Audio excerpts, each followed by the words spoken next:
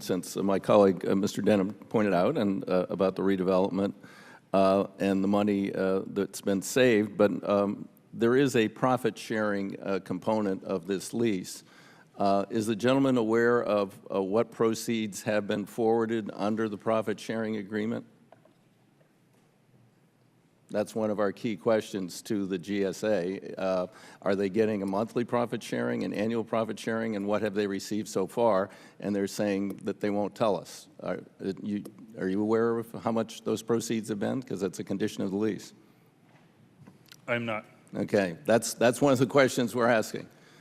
Reclaiming my time. I mean, I think it's a pretty simple question to get the GSA to answer. It doesn't challenge anybody in any way.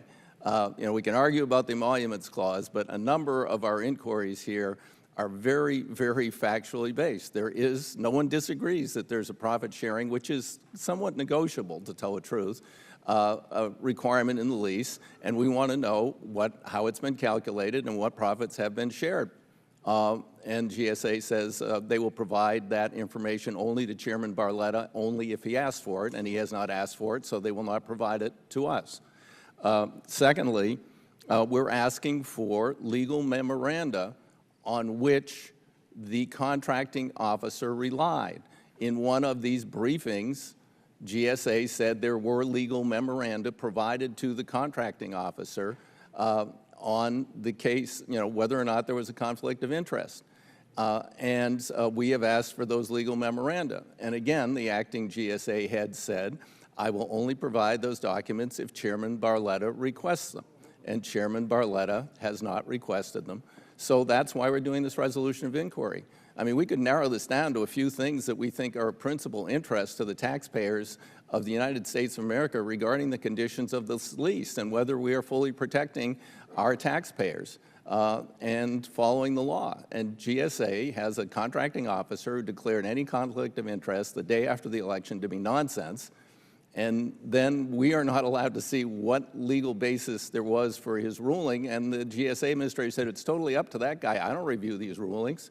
I have nothing to say about what the legal memoranda said or whether or not he followed the legal memoranda. We give a lot of discretion to our contracting officers. I just think that raises some questions about this that should be answered and could be simply answered by requesting the legal memoranda on which the ruling was based, requesting the documents regarding profit sharing, and then, you know, beyond that, when you're getting into other things like the emoluments clause, perhaps we have more of a legal argument. But there are some things here that are being ignored, and I would point out that when in recent history, well, distant history, when Democrats were in charge, that John Bozeman, a member of our committee at the time, now a senator, had serious concerns as ranking member on water about some EPA work in his region.